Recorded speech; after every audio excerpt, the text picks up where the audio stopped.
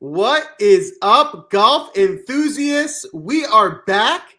Another big week last week. So if you've been tuning in, we've been giving out some pretty hot plays. We were all over Tony Finau last week. Tony Finau came through and won the whole tournament. Now, in fairness, I admit we didn't predict him to win the tournament. We just predicted he would be in the top five. So Joel, Spencer did. Spencer had an outright on him. Sorry, go ahead.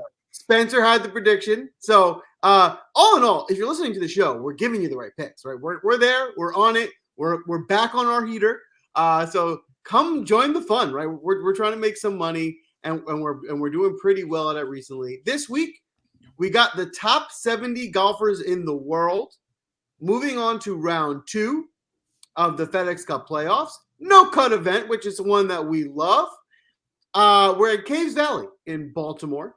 They haven't had a tournament here, one of meeting in recent memory, so not too many like stats or whatnot to go off of. So for the purpose of this week, we're really looking at form.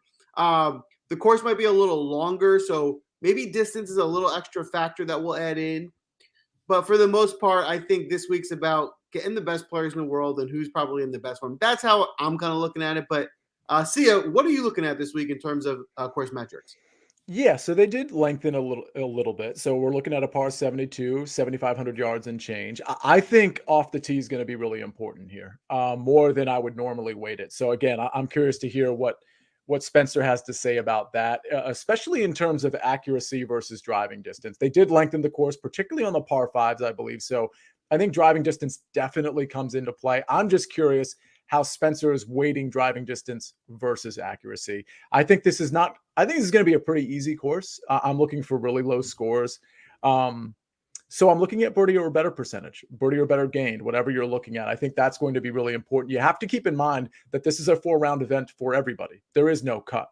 So it lends itself to stars and scrubs, although you don't have to go that route because pricing is relatively soft. You can kind of do whatever you want. You can play balanced, you can play stars and scrubs. But the reason I bring that up is because there are guys towards the bottom that can make your lineup work that you would normally not take because, frankly, you just don't think they're going to make the cut. But here you don't really have to worry about that. So if you are going stars and scrubs, what you're hoping for from your scrubs is a birdie streak here or there, a couple good days, ball striking and scoring, making birdies, maybe an eagle here and there. And then now they're carrying their weight. So that's something you can get away with in a no-cut event. I like that. I'm on board with that. I think that's a similar mentality that I'm taking for this week as well. And that's, if you've been listening recently to the show, you've heard Spencer give his breakdown of the metrics that he weights and how heavily for each tournament. And it's super in-depth, super helpful. And it's coming from the guy who's already picked. Correct me if I'm wrong, Spencer, is it 2 weeks in a row you've picked a winner? 2 weeks in a row, 4 of the last 8. So listen, The formula's working. Let's hear it, Spencer. How are we breaking it down this week? So here's the thing about a week where you have no prior data to handicap. You actually do yourself a disservice if you get overly complicated with your model. And I'm kind of the king of trying to get as advanced with it as possible. And I don't think that that's the best way to do it this week.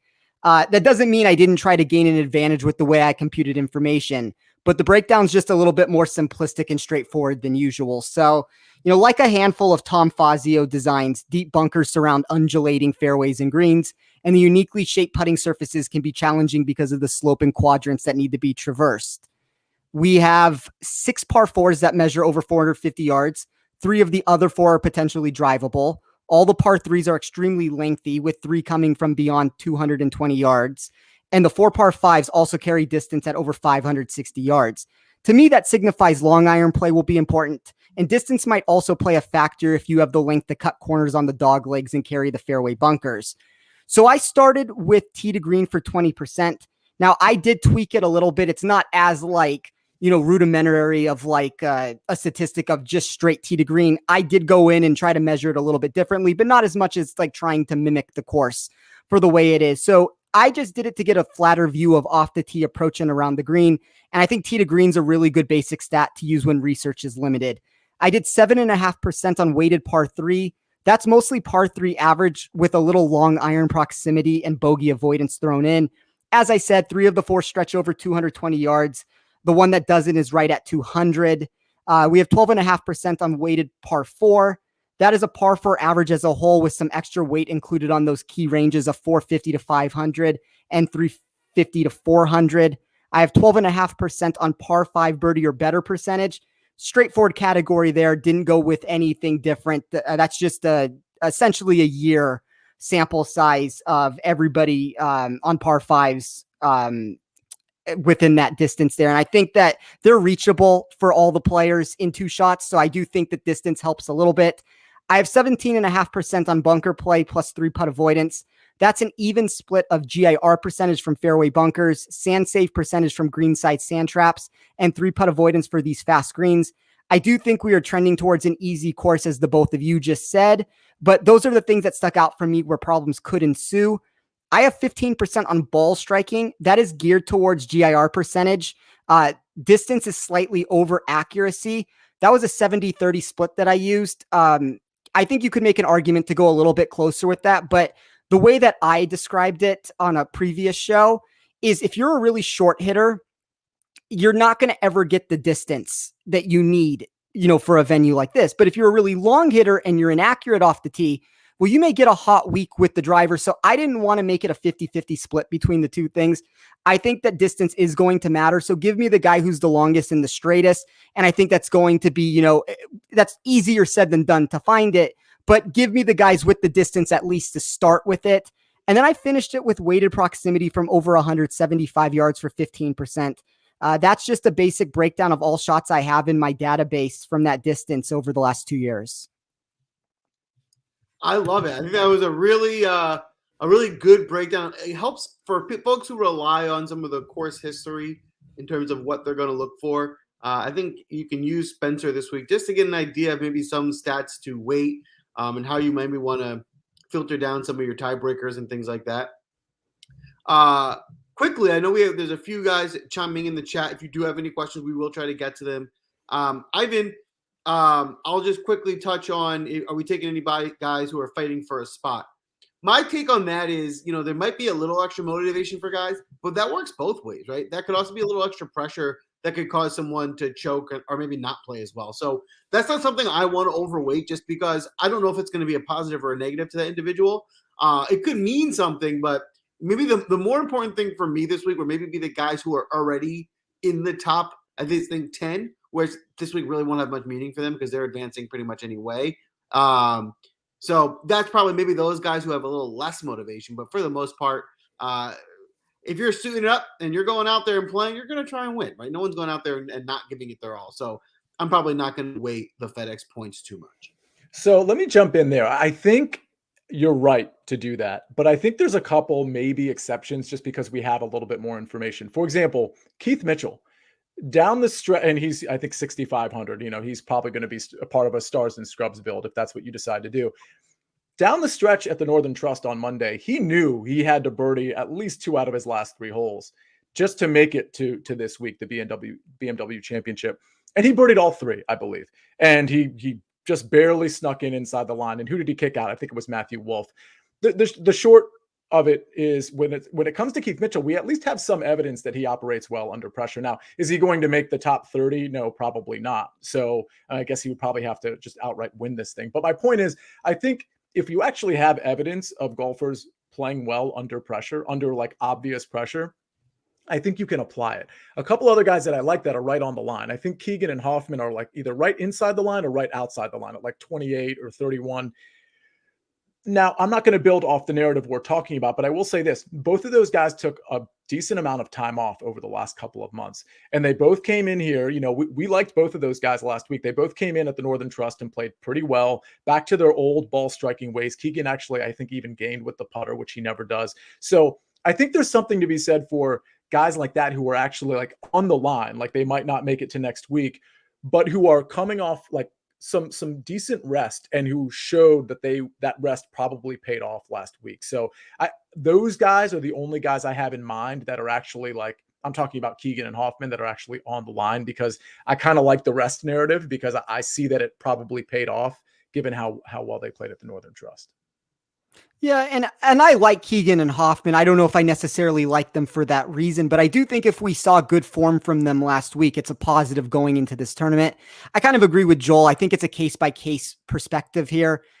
We don't exactly know how certain players are going to react. As you said, we saw Keith Mitchell make multiple birdies when he needed to down the stretch, but I do think it's tough to try to anticipate what to expect from a weekly basis from everybody. I think if we saw it last week and we saw good form, that's more of a reason why I'm going to play them. But, a lot of these guys that are way far down, as you said, Sia, they're going to need a victory to get inside the top 30. So maybe it lets them play more freely. I mean, maybe that's a good thing in a no-cut tournament also. But once again, that's kind of just speculating. Mm-hmm.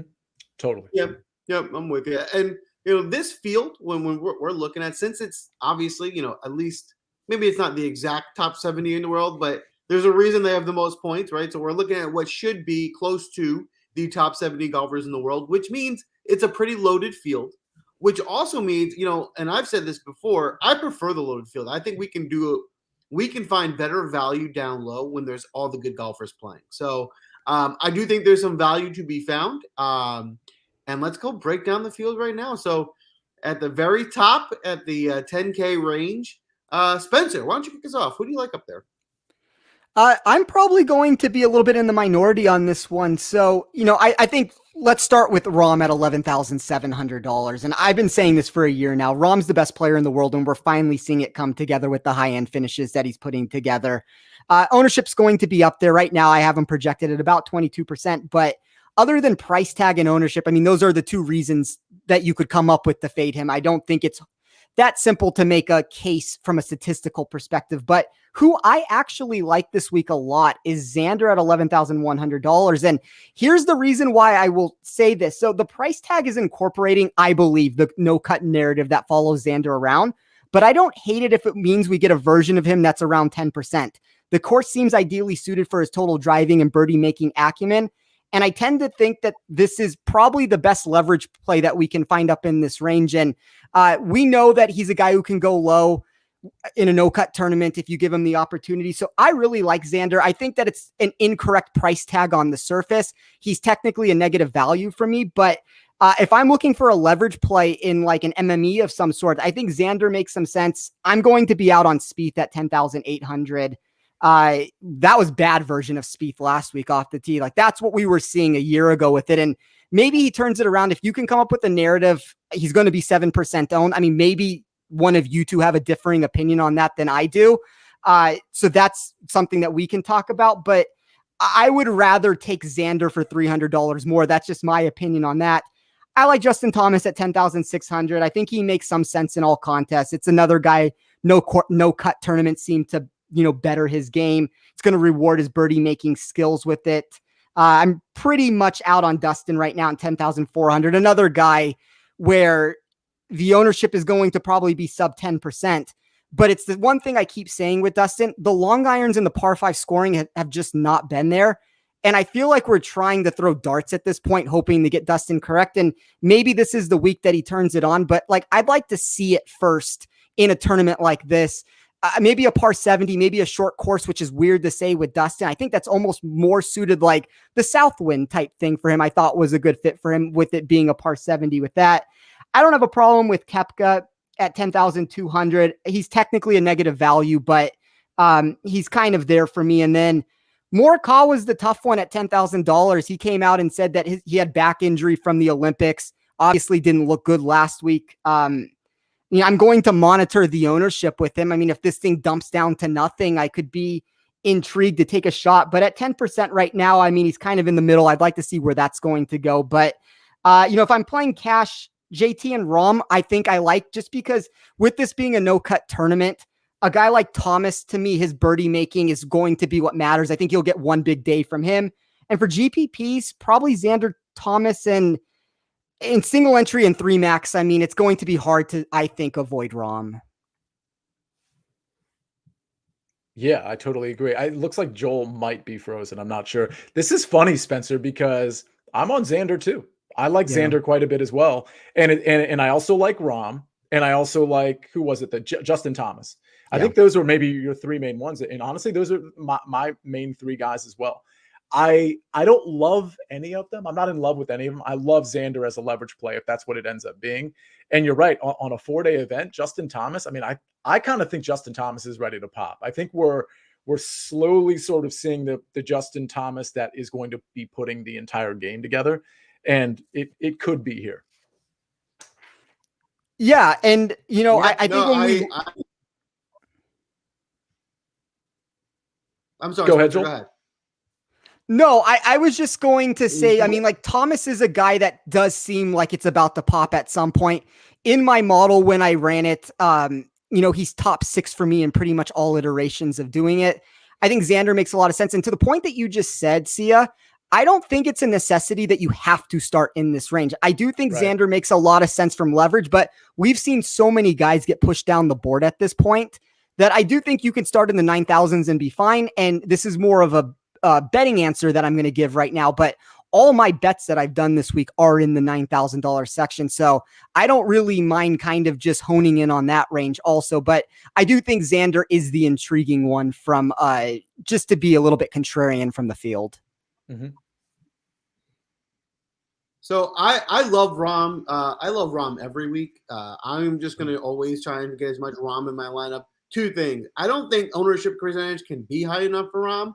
And 2, I don't think his price is still high enough. At this point, as well as he's playing, he could have been 12.5 and I would have been, that's fair. So I still feel like I'm getting a value here. So I love Rahm. First and foremost, he will more than likely be my highest owned golfer. I like Thomas as well. Not as highly. I think we're still overrating Thomas a little bit. I don't think he is this high of the elite range. I think he should be maybe high 9s. And in that case, I would have loved him. At this point, I do think like kind of similar. Like he can still do really well. I'll still have some shares of him. But similarly, you're saying with Xander, he does feel to me for my player pool a little overpriced. And then 2 more takes I have on this top range. The first one is Morikawa. The injury does scare me. So I want to just kind of look at that and see if there's anything there. But I will say with Morikawa, he tends to pop the weeks that we least expect it, right? The weeks where everyone's off him, no one's talking about him, all of a sudden he goes out and wins the tournament. I'm getting a little bit of that vibe now where it's like, all right, it's been a couple weeks. He hasn't been up there. People are starting to forget about him. And in any given week, he can blow the field away with his iron. So if it's a back injury, then that's an issue. But if it's the injury is not that major, he's still playing, then give me a week where everyone's sleeping on Colin Morikawa every time. Now, my narrative and contrarian play of this range is Jordan Spieth. Now, I have a storyline, and here's why. Jordan Spieth, and I read an article earlier today, has played this course a bunch of times. So he's familiar with it because it is close to Under Armour, which is his sponsor who they make the shoes. So he goes down there when he visits Under Armour and he plays this course. With that being said, it's Baltimore. These guys don't live. Nobody lives in Baltimore. No rich millionaire golfer lives in Baltimore. So ouch. I'm just being honest. I'm sorry, Sia, but I'm not from Baltimore. I'm from Baltimore adjacent, Washington, D.C. But apologies to all the Baltimore fans watching. There's nothing wrong with Baltimore, but I'm just saying if you're a millionaire golfer, you're probably going to live in Florida or California where you can play golf all year round. You're not going to choose Baltimore as your city. So with that being said, none of these guys probably don't have a lot of experience on this course, but Jordan does. So that should be an edge for him. That's 1. 2, getting a guy as playing as Jordan's been playing this year at sub 10 ownership, that's the GPP formula, right? Like, of course, it's going to be hard for us to pick which one of the best 10 golfers in the world is going to do best. But, the week where we get Jordan Spieth, and no one's going to be surprised when Jordan Spieth gets 3rd this week, right? Because he's Jordan Spieth. But at 7%, right, that's going to make a difference in a GPP. So, of course, maybe not a cash game lineup, but for GPPs with the guy who probably has more experience on this course than the rest of the field, at a low ownership, I think he's worth taking a shot on. That makes sense. If the ownership stays low, I totally get that. Yeah. With that being said, Sia, why don't you start us off in the 9K range? Yeah, so it's the bottom of the 9K range that I think I like the best here. I have a feeling you two are going to talk about a couple of the guys at the top. So let me just start at almost the very bottom. I like Patrick Cantley, which is interesting for me to say. I'm not usually on him. He didn't play particularly well last week. He actually lost strokes on approach, and he picked up almost everything. I think he tied for 11th. He picked up almost everything around the green and with the putter, which is not exactly the recipe I'm looking for. But if you look at Cantley as a whole, he's been really good off the tee. he can really pop with the approach game and he can pop with the putter. So again, when you're talking GPP, I don't really like Cantley as a cash play. I like the guy below him as a cash play, but I think Cantley is a really smart GPP play that might get, relatively ignored because he just hasn't really put the full game together lately, even though he had a nice finish last week. So I like Cantley. I love Victor Hovland. I'll tell you right now, wait for the end of the show, but he's going to be one of my outrights. His ball striking was excellent again. No matter whether, like, if this course is kind of a layup or if it's difficult, like, we know that Hovland has the ball striking game to succeed either way, off the tee, on approach. I don't think around the green is going to catch up to him too much where he typically fails. And hopefully he'll have a putter for all 4 rounds instead of 3.5. And he'll be good with that too. I just think you're getting a really nice price on Victor Hovland. And I genuinely think he has a shot to win here. So those are the 2 guys I'm kind of focused on. I mean, Cam Smith is interesting. I brought him up last week as well. Just don't know if I'm willing to go there again and expect the same results. Other than that, I'd love to hear what you guys have to say in the 9K range. Spencer, who are you looking at here?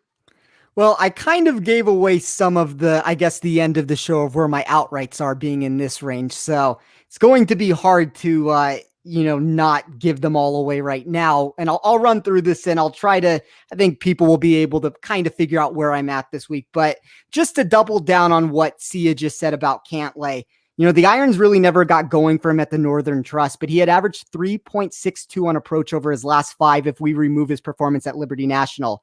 He's gained off the tee in 22 of his last 25, bent's his best surface, and he's gained around the green in 17 and 19.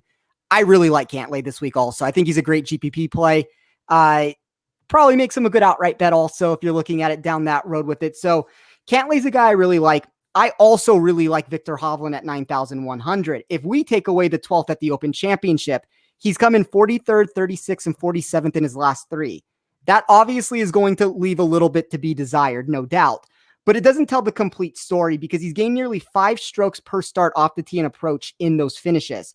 As Sia was saying, I don't think the around the green play or the putting is nearly as bad as perception. The problem is when he's bad, he is so bad that he's the worst player in the field. When he's good, he actually can gain strokes in that area. So I think if he's neutral or can be a little bit positive, I also think Victor Hovland can win this tournament. He might be my favorite wager of this week. And he's one of my favorite plays at $9,100.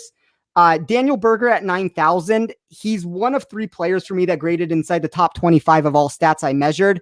Morikawa and Rahm would be the other 2.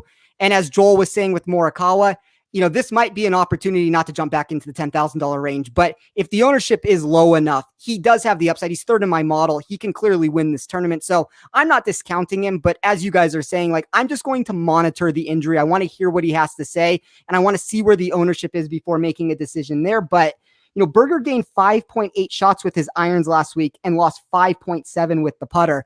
I think if the irons remain dialed in, his around the green problems get somewhat reduced. And I think that's a very good thing for his game, just with the way that he can play out of sand traps. I think that he's one of the better sand trap players in this field. Not that you want to get stuck in the sand traps, but you're going to miss greens. I think that that's something interesting there. And then one of my favorite plays this week, and I am going to be the only one, I assume, that is going down this road, Tony Finau, $9,800. And I think one of the things with Finau is it's very ironic that I think a lot of people's narrative is that Finau is not going to do well because he just won. The thing with that is we went 5 years that Finau could not win. That was the whole narrative behind him. So if we're going to use a narrative that now, okay, well, Finau has won a tournament, so he can't win again, I think that's a little bit wrong. I think this is a great leverage opportunity for him at under 10%. I think the price tag is actually somewhat okay. My model loves him this week. Anytime you have off the tee and around the green courses, I think that helps them. I've seen Quail Hollow and Riviera and venues like that kind of being comps for this course. I used to think that those were 2 venues that Finau might get a second win at if he was going to get it. And obviously it came at the Northern Trust. I think this is a really good setup for him. I would not be surprised if he either won this week or won at the Tour Championship. So I'm going to probably be backing Finau for both of those. And if I'm going to throw in one more person, just kind of along the lines of what Sia just said, I think Cameron Smith at $9,500 is at least worth a look. I'm not typically a Smith guy, but there's a lot to like from a statistical perspective. He ranks 2nd in putting, fourth on my weighted par 3 category, second on par 5 birdie or better, first in overall birdie or better, and first in bunker play plus 3 putt avoidance. So I'm willing to give him a look. I believe he's third right now in the FedEx Cup race. So, he needs a big finish to try to go into the finale with a real chance to win this. But those are probably the 5 guys for me that I like the best. I'm with you on Finau. I think for me, I'm going to go, and if you want a narrative on Finau, I'm going to go on the opposite. It's like the poor guy was so good, couldn't get a win for this long. Now he got one. Maybe he just unraveled it, and now he's going to come on a tear. Maybe he just wins this whole thing, just gets hot. And I did a quick peek at like his history. He does tend to put top 10s in bunches. Obviously, he doesn't win much. You don't get too much history of what he does after a win, but he does, like, when he does well, he doesn't do well a few weeks in a row. He's not one of those guys that shows up and disappears. So I definitely think there's something there. And I'm also with you on Cam Smith from this perspective. He's way overpriced for who he is. So, like, that's hard to pill swallow at this price. But we always say Cam Smith doesn't show well on metrics. He's just a putter. So you got to pick your spots. He's going to show well. He's been best iron play we've seen in a Cam Smith ever. So if he's hitting his irons well and he's going to drain all his putts, then he should be there. This price makes sense. It's just a matter of, can he sustain that? If he's going to carry the momentum over to this week, then he deserves this price, and he's right up there with all the big guys. He's going to be hard to beat. So I think that's an interesting play as well. For me, I'm probably not going to go back to the Louis O train. I think he's been, I think, kind of the same narrative that we had said a couple tournaments ago, where it's like, I think it's time for him to come to regress back to reality, where he was playing a little bit above himself for a while, and now I think he's back to who he is. Still a good golfer. He can still compete this week, but he's getting that 9.6 price tag, which I'm going to be looking for elsewhere for this tournament. So I liked Bryson coming in. Like we said, it's going to be wide open. He's going to bomb him out. The ownership percentage concerns me, right? It looks like right now he's going to be the highest owned guy, and if that's the case, Bryson's too volatile to be the highest owned guy. I don't want to go up that tree. I do like this course maybe, and I probably will have some exposure, but at the I will go another direction. My favorite play in this range, especially as someone who is going to be playing a lot of Rahm, is Daniel Berger. Like you guys said, I mean, his ball striking is there. His price is low enough where we can squeeze him in with Rahm. And it's not like Berger's a bad putter. I mean, he's not the best putter, but I think, he's due for some positive regression in terms of equaling out. If he strikes the ball as well as he did, the last couple of weeks, makes a few putts, I think he should be right in contention. Let's keep moving, though. Sia, what are you looking at kind of moving down to this next range? Yeah, 8K range, I think there's 3 guys that I'm focused on here. One is going to be kind of obvious, and I'm not looking at ownership percentages at the moment, so I'm curious if you guys are in terms of where he is owned. But Scotty Scheffler at 8,900 is kind of an obvious play, especially over a 4-day event. Scotty, over the last 36 rounds, he's 5th in birdie or better gained. He's top 10 in both off the tee, and actually he's not top 10 on approach. He's actually 35th last 36 rounds, but he's 10th off the tee. There's a lot of other metrics, but particularly the scoring ones that actually speak to Scotty Scheffler being a good play for me here. So I like Scotty. As we go down, I go towards the lower end of the range. Sam Burns, last week he was really good. He wasn't particularly good on approach, but we know he can pop on approach. We know he has win equity. We know he's been pretty good off the tee. He certainly was last week. And, as far as the short game, that can get hot or cold. So I'm looking for guys kind of like Cantley. I'm like looking for that approach game to pop. It didn't last week, but I think it can. Same with Sam Burns. He can really pop and he can really score and put the points up. So that's another guy I like. The last guy I like is Sungjae Im. I mean, I think you guys have me convinced. I mean, I've been on this guy for a couple weeks now. And Joel, I don't know if it was you or Spencer, but honestly, it might have been Rick on the first cut too, where we started to see the game start to come back. Over the last couple of months, that approach game, the ball striking is really coming back. It's funny because the putter is what's failing him now. But if he's even a 0 putter with the ball striking that we're seeing, Sungjae at 8,000, it's just tremendous value in my opinion. I'm with you. Sorry, Joel, you can go. All right, well then I will. I'm with you. I think Sungjae is. You're right. I think he's normally a guy that can putt. So when he's bringing all the other metrics around, I think he makes a lot of sense. And this is a value. And now we're talking about a guy who when Sung Jae top 10s, we're not like, oh, this is a surprise. Sung Jae is a guy that competes regularly on the tour. So at this point, we can cram in the guys that we like up top and balance it out with some of our Sung Jaes and things like that. I think the main value on this slate is in the low 8K range. I think there's a ton of guys here that I'm going to be targeting. And it starts for me with Harris English. And it goes right down from there. English, Burns, Casey, Neiman, Im, even, getting into, we'll save that for the 7K range. But I think those 5 guys, any of them could have been in the low 9K range. No one would have batted an eye. So now if someone like me, I'm cramming in Rahm. How am I going to cram in Rahm? I got to just equal out that value. So to me, like, if you want to look at this field as a whole, there's not a big difference between Paul Casey and, Scotty Scheffler, Abraham Answer, Patrick Cantley. So even Rory, right? Like, Rory has the legacy is why he gets up here, but Rory hasn't been putting up the results. So Casey has, right? Like, if you were to just take this season alone and compare Rory to Paul Casey, it would be not even close, right? Paul Casey blows him away. So Rory's up with his price tag because, he has the legacy, he has the name, he's Rory McIlroy, but Paul Casey's playing great. I think he disappointed a little bit last week, and so maybe that people have come down on him a little bit, but I expect him to get right back to where he was. So in this range, I like the bottom of the range the most. I do think Scheffler makes sense, but for the most part, that's who I'm looking at. Go ahead, Spencer. Who do you like? Yeah, I'm in agreement with you guys on this. So there's 5 players that graded as a positive value for me on DraftKings. Scheffler was a very slight positive value, but for me, it comes from that $8,300 range down to Sung Jae at $8,000. So Burns at $8,300. His game continues to be hot with 3 top 21s in a row. He's 14th tee to green over his last 24 rounds. That's a total of 8th approach and 14th around the green during that span. Paul Casey at 8,200. I think Casey's one of the best buyback spots this week after coming 64th at the Northern Trust. He gained 8.9 shots off the tee and approach over 4 days, but imploded with a short game by losing 10.1 shots around the green and putting. This is more of the salary point where Casey makes sense. I think this is where you kind of want to have him. Like, we made the argument last week as a high $8,000 play. He was fine.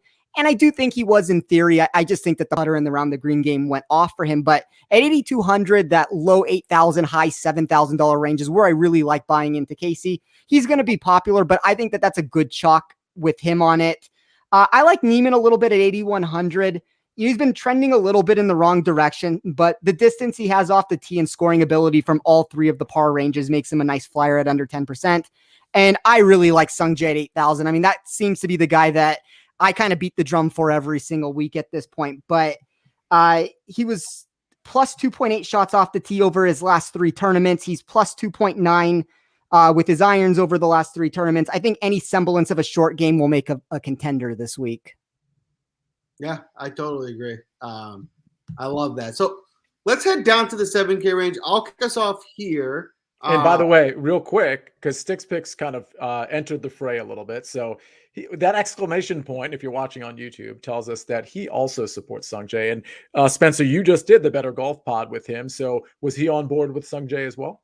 Yeah, Sung Jae was one of his favorite plays. He has him in, I believe, the top 20 market at plus 160 something. And then he has an outright ticket on him also at 60 something to 1. So make it all 4 of us, I guess, on the Sung Jae train. Nice. Fair enough. Love it. All right. So heading down to the 7K range, right? This is where we got to find our value. These are the guys that we need to hit on to really kind of take down a GPP. So with that being said, number 1 play in the 7K range by 1.5 miles, and it's not even close. And I don't know why he keeps getting disrespected, is Shane Lowry. Shane Lowry's ball striking numbers are as good as, all the guys from 9K and below. If he had been 8,800, I wouldn't have batted an eye. At 7,900, to me, I think he's probably the best value on the board. So I'm going back to the well here. I think he just makes a lot of sense in terms of roster construction for this week. And then as I go down, there's some of the guys I like. I have a little bit of concern with Russell Henley's distance. He's not going to be the longest hitter.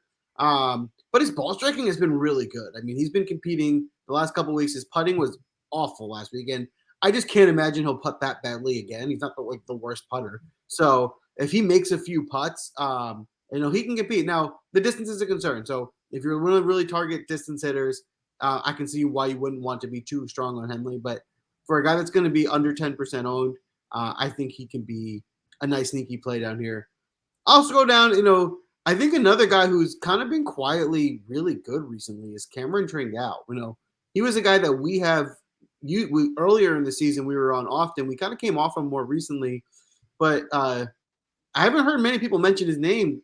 But in his last 4 outings, he's got 3 top 22s and a tied for 26, with a 14 and a 16 in there. So he competes, and on top of that, his preferred putting surface is bent grass, which is what he has in this week. So I think he's just playing really well in the mid 7K range. That's another really nice value we can add to our rosters. I also want to throw in Harold Varner, whose ball striking numbers haven't just, last week they were great, but he's been ball striking really well for the last couple weeks. So I feel like he's on a bit of a roll. If this is a guy that you kind of want to try and catch a hot streak, I think Varner is on one, as well as Cameron Champ. So we saw Champ, we came out and win a tournament. We know Champ, other than Bryson, is the next longest hitter on tour. So if you're looking at distance, he's definitely someone that will check that box. His ball striking and the other things that maybe he hasn't historically been that great at have been much improved. So I think we're getting a different golfer right now in Cameron Champ, someone who's playing really well on a bit of a hot streak. I think he can compete this week. So at this price, I think this is a good value in Champ. The last guy in the 7K range that I want to mention is Johnny Vegas. Johnny Vegas has been on an absolute tear. He disappointed a bit by missing the cut last week, but I don't, like we always say, don't let 1 week make you lose your feeling on a guy. Before last week, he was just completely on fire. I think he finds some of that back again this week. See, tell me, who are you looking at here? So Lowry's really interesting because, and I'm curious to see what Spencer has to say about him. I almost feel about him like you feel about Louis, like maybe the run is about to end, because he's been pretty bad off the tee the last 4 tournaments. I mean, like I'm talking about losing 2 strokes or more off the tee. And if we're going to emphasize, and at least I am, and I know Spencer is to a degree, off the tee game, it is, you're kind of like flirting with disaster a little bit. You're right. The ball striking overall, because we're adding an approach, and he's been immaculate on approach, like probably, I mean, I'm not looking at my rankings right now, but certainly one of the best in the field. But I just, the off the tee game just scares me a little bit too much. So I do like him. I just don't like him as much as maybe we all liked him last week. I do want to mention Kokrak's name because he sort of jumped out at me initially. And then I looked at his last 3 tournaments and I'm like, man, maybe this guy's injured and we just don't know it. You know how like the PGA Tour, they like, I wish they would make their players kind of like say, whether they're injured, whether it's minor or major. With Harris English, for example, he had a back injury. Nobody really knew about it until he started getting good again because he started talking about it. But Kokrak's numbers are just deplorable the last 3 tournaments. But to me, he's still kind of interesting. Like, I don't know that he can turn it around, but I'd be curious to see what his ownership percentage is. As we go down the board, I'll just be real quick here. I mean, Keegan Bradley, I talked about him on the front end. I just think the ball striking is back. That the Keegan that we knew a couple months ago is there, and he actually gained with the putter. I don't expect that to happen again, but I think this is a fair price for Keegan Bradley, and I do think he battles in these tougher events. Johnny Vegas, I totally agree with you. I think he's a great ball striker, and I think he'll be fine on this course. The only other guy I'd probably add in there is, and I think Henley's really interesting, by the way, is Charlie Hoffman, another guy that I mentioned at the front end of the show. I just think Charlie Hoffman is rested. He's back, and he's striking the ball well. I have no issue with taking him, especially at 7,000. I love it. I'm with you on a lot of those plays as well. Spencer, you looking at anyone different down here? Well, I think the Cameron Champ call that you have is an interesting one. That's not somebody that I was necessarily eyeing. And we've talked about distance. So, I mean, I think he's the guy other than Bryson that you should be looking at if you're discussing that. But he's kind of a break-even value for me on the slate. So, at less than 10% ownership, I don't really have any qualms there with you to pick with that. Like, I think that makes a lot of sense. I think Lowry at 7,900. My model loves him from a safety perspective from it. I agree a little bit with Sia that I do think the off the tee stuff is a little bit worrisome, but it's worrisome in the recent span and it's worrisome in the long-term span for him. So I think that just is what he is as a player. I don't think he's so like off in that game, like that's, something's going to implode on him. I think he's fine with that. Wait, one from that topic, I want to ask a question. Do we think that,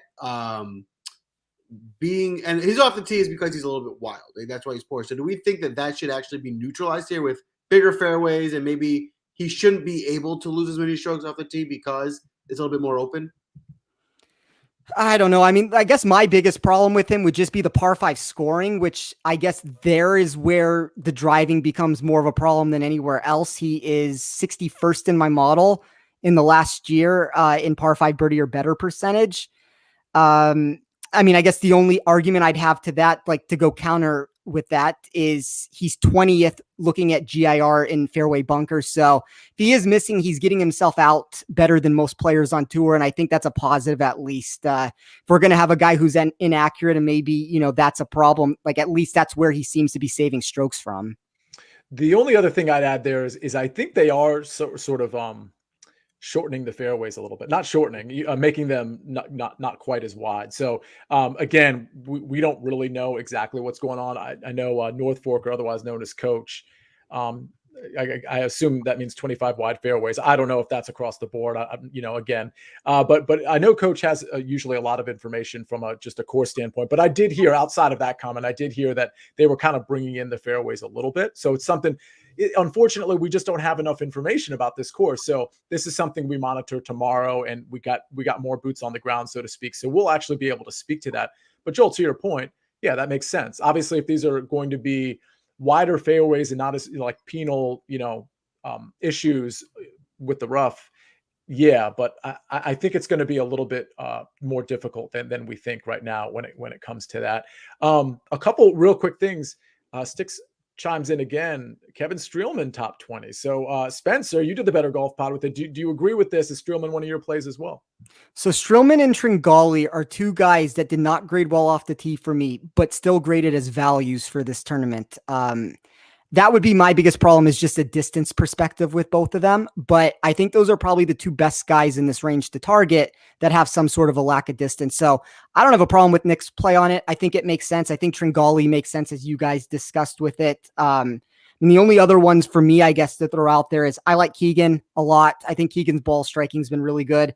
I kind of like Sergio at 7,600. I think that that's a great leverage spot here. Great ball striker. I think if we can get him at less than 5% owned, I think Jonathan Vegas at 7,100 makes sense. Sia, I know you mentioned Charlie Hoffman at 7,000. That's one of the guys I'm in agreement for also. And then the only other one that you guys did not mention that I will throw out would be Maverick McNeely at $7,000. Very slight value for me, but the form looks good. He's 11th off the tee over his last 24 rounds. I think if we're looking at off the tee, that's a good thing. He's top 30 in weighted par 3. He's in the top 50 when it comes to my weighted par 4. And just across the board, the numbers look relatively good for him. So I think that if the form can continue, he's a guy that can at least find some success at $7,000. I guess the only negative I'll throw out to that is McNeely has had a problem in the past of not making birdies in bunches. Like there was a tournament a couple events ago where he parred all 18 holes on Sunday and cost a bunch of people money. So that's what we don't want in a no-cut tournament. We want people that can go out and score. But I do think McNeely at $7,000 is a relatively good price for him. Yeah, and by the way, McNeely was the Win Daily secret weapon last week. So he that record has now moved to 43-12. And I totally agree with you on McNeely. I think he makes a ton of sense. Real quick, couple questions. Ivan chimes in with, how do we feel about Eric Van Rooyen? He's actually been, pretty good. Outright won the Barracuda, I believe, and obviously had a good finish last week. I will mention, please guys chime in, but he gained almost 7 strokes with the putter last week, and he lost on approach. He lost 1.5 strokes on approach. So it's one of those things where it could go train wreckish if the putter's not working for him. My narrative, I came into the week looking at Van Rooyen like he's been competing. Maybe it's time to look at him, but then when I dove deeper, I saw the 7 strokes putting. Hard to see him doing that again. And then, if you want to look at the Barracuda, listen, I can sell you, one way or the other, but the Barracuda, for lack of a better way of saying it, is a JV tournament that has nobody in it. So he's now going to compete with the big dogs, and it's going to be a lot harder. So I'm out on Van Rooyen. Yeah, I mean, I'm more or less in agreement. I guess if there's 2 positives, I'm trying to find weighted proximity 14th for me. Good out of bunkers. I mean, that's an interesting combination there, because if he's good with the irons, he probably won't be in the bunkers. And if you're in the bunkers, you're not scoring. So that's not necessarily like the most, true stat to try to find success. But yeah, I mean, at the price tag at $7,500 at like 6-7%, he's not necessarily somebody I'm looking at either. So also the last thing I'll just put up here, talking about cash builds in this particular no cut event. So maybe we can wait until after the 6K range to talk about that, just because I don't actually have reliable projected ownership right now, just because of how the Northern Trust fell on Monday and whatnot. So I think maybe instead of doing the good chalk, bad chalk segment, maybe we can just talk about a few guys that we like for cash in this particular tournament. So I think that's all the questions, Joel. All right, yeah, let's kick off this. I'm going to kick off the 6K. So I'll start us off here. For the 6K range, it's a short and sweet one. The first guy I'll start off with is Brendan Grace. People may be coming off of him because he had a bad showing recently, but this is his best season I think I've seen out of him since I've been following golf. He has been playing great. I don't think he's too far removed. I think he can find it again. So I will be playing Brendan Grace in this range. I think he's certainly a value. I like Ryan Palmer here. Ryan Palmer has been called. This is not someone we want to like. This is definitely a GPP play, but I think Ryan Palmer's a guy who distance check. I mean, he can compete with these guys in terms of distance. He does prefer these greens, so maybe he'll make a few putts this week. And he does tend to pop here and there. So again, it's taking a risk, but from a GPP perspective, if you're diving down to the 6K range, I think Palmer is someone that could be interesting. I really like Patton Kizzire. One thing to really like about Patton Kizzire is the no-cut event because he scores well on DK. So Patton Kizzire, even if he finishes in 30th, he can get a lot of birdies, and that could be a good DK scoring week. And you don't have to worry about, is he missed the cut? I'm done, because he can't miss the cut. He gets 4 days. So he gets, if day 3 he has that day where he shoots a 65, that's fine. And his scoring should be able to keep up with the rest of the lose. So I love Patton Kizzire, both from a cash and from a GPP perspective, because he's just so low and we're guaranteed 4 days. And my Hail Mary play of the week, the cheapest of price, someone that I got my eye on is Hudson Swafford. Hudson Swafford has been gaining a ton of strokes with his irons. He's been terrible around the green, which we think might get neutralized this week. He's not a great putter. Obviously, we're going to need something like that. But if he's anywhere near the approach numbers he's had the last 2 weeks this week, he doesn't even need to make that many putts, right? He just, at 6K flat, if he just gets us a top 30 with some DK points, totally fine by us. He can even blow up one day, and we can survive it with the no-cut event. So I think he's really interesting at minimum priced here. Spencer, how about you? Who are you looking at down here? Yeah, I mean, Swafford and Gooch, I mean, if we want to go down that route, both of them are going to carry some ownership to them. But I think that those are probably the and Kizzire, by the way, like those 3 guys would be the cheapest I would go. I'm not really looking to go much lower than that range. I like Carlos Ortiz a little bit at 6,600. Ortiz kind of keeps burning me in most of these events a little bit, but I like his around the green game. And I know it hasn't shown up recently for him, but I think he's sitting on something that he may be able to show here. I agree with you on the Ryan Palmer call. Great total driver, great par 5 scorer. I think that the one downside to him is always how he plays out of bunkers. And he's had some real head scratchers this season where, I mean, he's made some massive numbers out of those. But look, I mean, there's no cut tournament. He, as you said, Joel, he seems to pop here and there every once in a while. So I think Palmer makes a lot of sense as, an option at $6,400. I like Max Homa at $6,400. I think he's a good total driver of the ball. I think he's good enough. Like if we're trying to find comp courses, he won the Genesis. I think that tournament is a potential comp course to this. Form hasn't been great lately, but I think that's something he can turn around. I mean, to me, if I'm trying to just throw an absolute, Hail Mary, even though the price isn't a Hail Mary price, it would probably be Mark Leishman at 6,700. I don't know exactly what to expect from him, but for as bad as he is in certain stats for me, is as good as he is in other stats. He's in the top 20 of my model in weighted par 3. He is 4th when it comes to the bunker play plus 3-putt avoidance, and he is 2nd in weighted proximity over 175 yards. So, look, Leishman might come in last place, but I do think that he's a guy for ownership perspective that does provide leverage here. It's funny timing you say that because we just had Wilt Chamberlain's son log in and ask a question, and it was literally what you thought about Leishman, and that was perfect. That is perfect. Yeah, it struck me that Leishman's name was tucked that far down. I took a small look at him as well. I don't think I'll be on him, but there's reason to be on him, especially at a 4-day event. I totally get that. So Joel, I have just a few guys here. A guy that's been playing pretty well and has an outright on his card for, I don't know, it was probably a couple months ago now. Cam Davis. And if we're right, and we don't know, if we're right that this is going to be, I don't want to say a bomber's paradise because that's like super cliche and whatever, but like if it is going to favor the Bombers, and if there's not a lot of trouble out there, then I think Cam Davis certainly makes sense out here. So that's a guy I've got my eye on. A couple other guys, I think Max Homa is also a good play. I agree with that. Aaron Wise is interesting to me. Played pretty well last week. His issue was always the putter. So we'll kind of have to just wait and see what happens with that. But I think Aaron Wise at 6,300 makes sense. I also think Taylor Gooch, who I'm not usually on, but at 6,200, I think he makes sense as well. As far as like kind of like a dartish throw, I think Sebastian Munoz might be a guy I'm interested in. The ball striking has really been there lately. The all-around game, frankly, has been there lately. So I think he's a guy that might get overlooked that in this range is a good play. I love it. And if it is any consolation or if this helps anyone, a lot of the guys that maybe I didn't mention, but Sia did or Spencer did, I also like. So it seems like the guys that we're on are very similar. We're on those same type of guys. I don't know if that's bad for ownership or good that we're targeting the same guys, but either way, I think we're targeting, we're seeing the same things in some of these guys in this field. So and the good news is some of those are semi-contrarian. So it's not like we're giving you all the chalk. I mean, I think we're giving you some names that even at the top when we talked about Xander and a couple of those other plays that maybe a Cantley that might not be the higher ownership. I think they make sense, but also won't be super chalky. Totally. Awesome. So wait, before we move into the betting market, we did want to touch on some cash plays. So the biggest thing for me from a cash perspective and mentality-wise for building lineups this week is don't forget it is a way different building rosters with a no-cut event.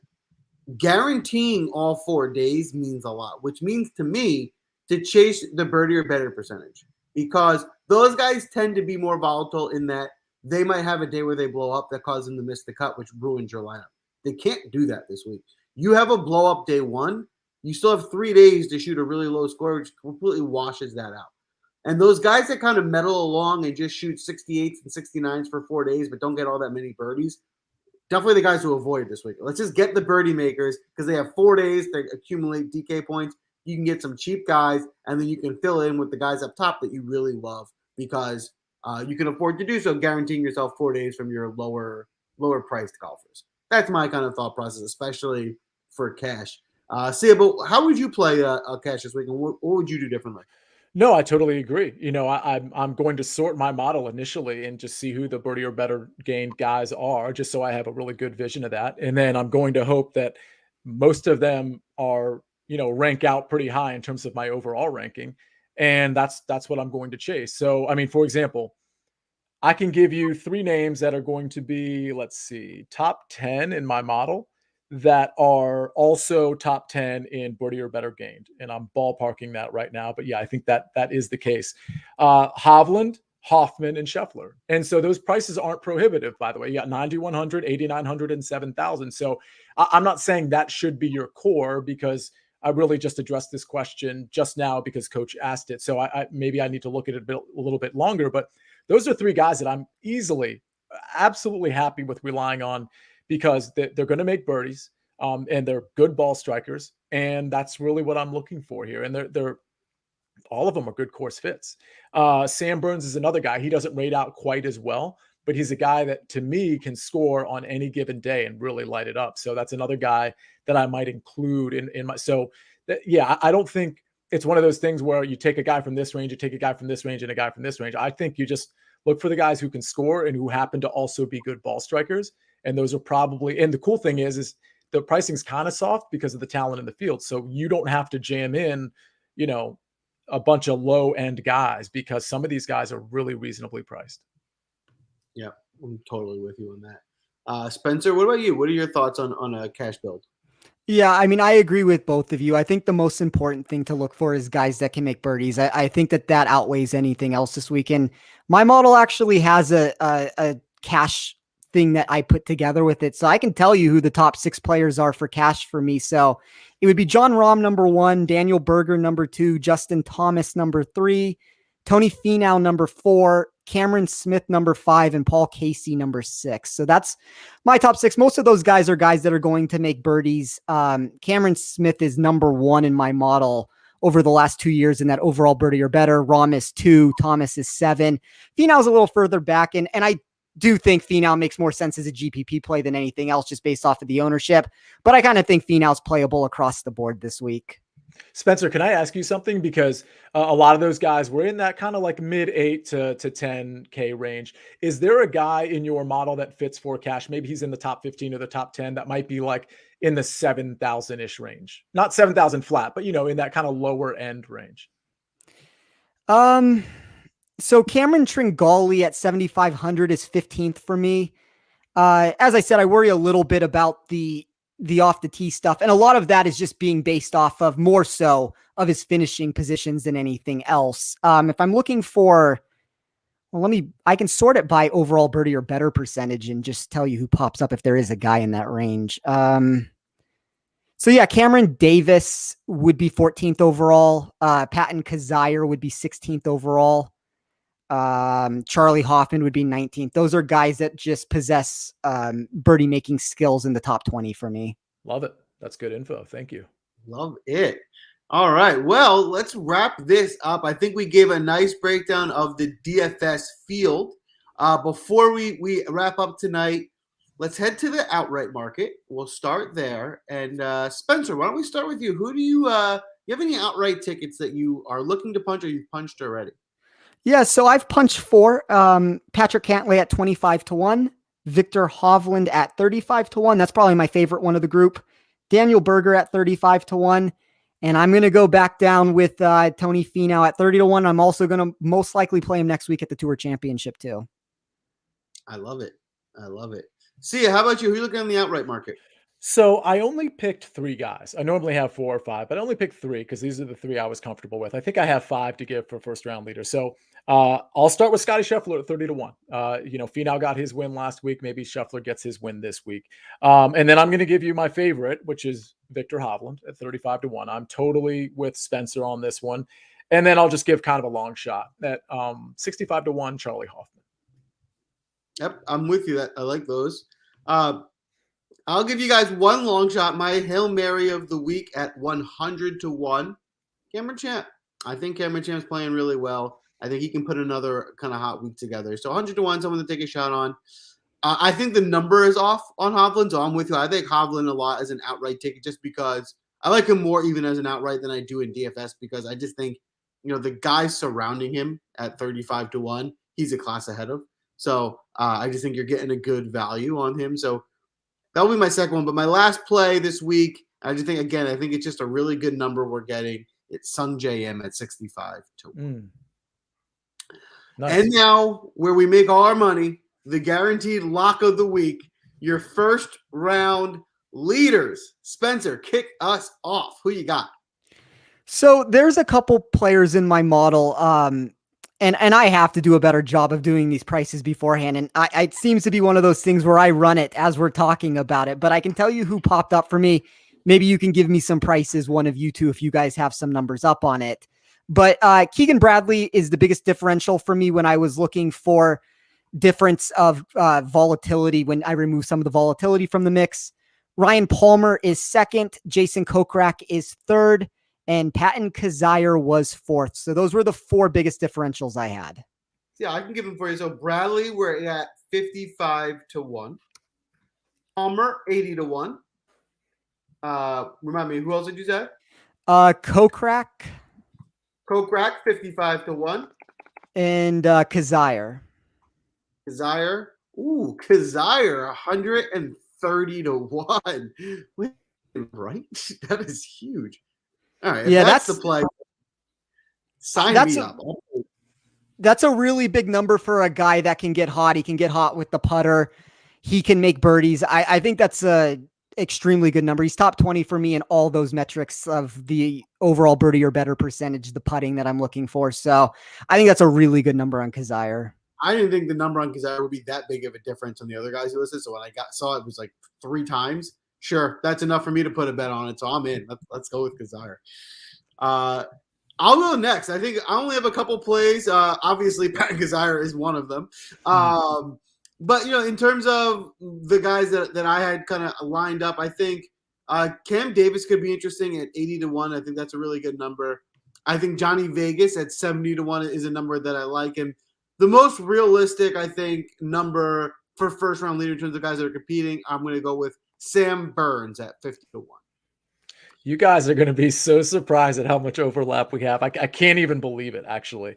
Okay, so I added Sebastian Munoz. So he's like my 6th outlier one. It's not even that great of a number. It's 70-1. I literally just added that, but here are the 5 that I like. And again, these are going to be familiar names. I threw in Scotty Scheffler at 30-1. Not very fun, but again, I think Scotty Scheffler is due, and so it could be his time. Hovland, yes, I have him as an outright, but I also have him as a first-round leader at 35-1. Sam Burns at 50-1. I like him as a first-round leader. I'm skipping the next guy because that's the breaking news. And let's see, Hoffman at 55-1 and Johnny Vegas at 70-1. I might have given you way too many there, but let me just recap. Chef, Hovland, if you want to get rid of one of those, get rid of Chef because it's 30-1 and this is first-round leaders. It's not, we're not trying to take guys with short odds. So let me just start with Hovland, Sam Burns, Charlie Hoffman, Johnny Vegas. Again, Johnny Vegas is 71. Hoffman is 55-1. But here's the breaking news. And one of you two said this guy. I've mentioned him at least twice during this show. So maybe a couple of you already kind of figured out who I like. At 55-1, I'm going to announce that at 55-1 on August 24th, 2 days before the BMW Championship completes its first round, that your first round leader is going to be none other than, again, at 55-1, Keegan Bradley. Chalk it up. You're welcome, America. Go out and spend your money, fellas. Spend all of it. Actually, don't put anything. Don't hesitate. Every dollar you have and put it all on Keegan Bradley. It's no-brainerville. No-brainerville. That's a good one. Yeah, I think when we look at this, like guys like Munoz and Keegan Bradley and Russell Henley have kind of been these first-round leader guys that keep paying off all the time. And I just think Keegan's playing so well right now that this is a very good spot for him to potentially do it again. Carry the momentum. I totally agree. Guys, I think that's a wrap for this week. We gave you the formula. Come back next week. Let us know how much money you won. For Sia Najad at Sia Najad, Spencer Aguilar at TF Sports. I'm Joel. Obviously, I draft more flex. The last thing that we have for you tonight is it's just one other thing that we completely forgot is sports.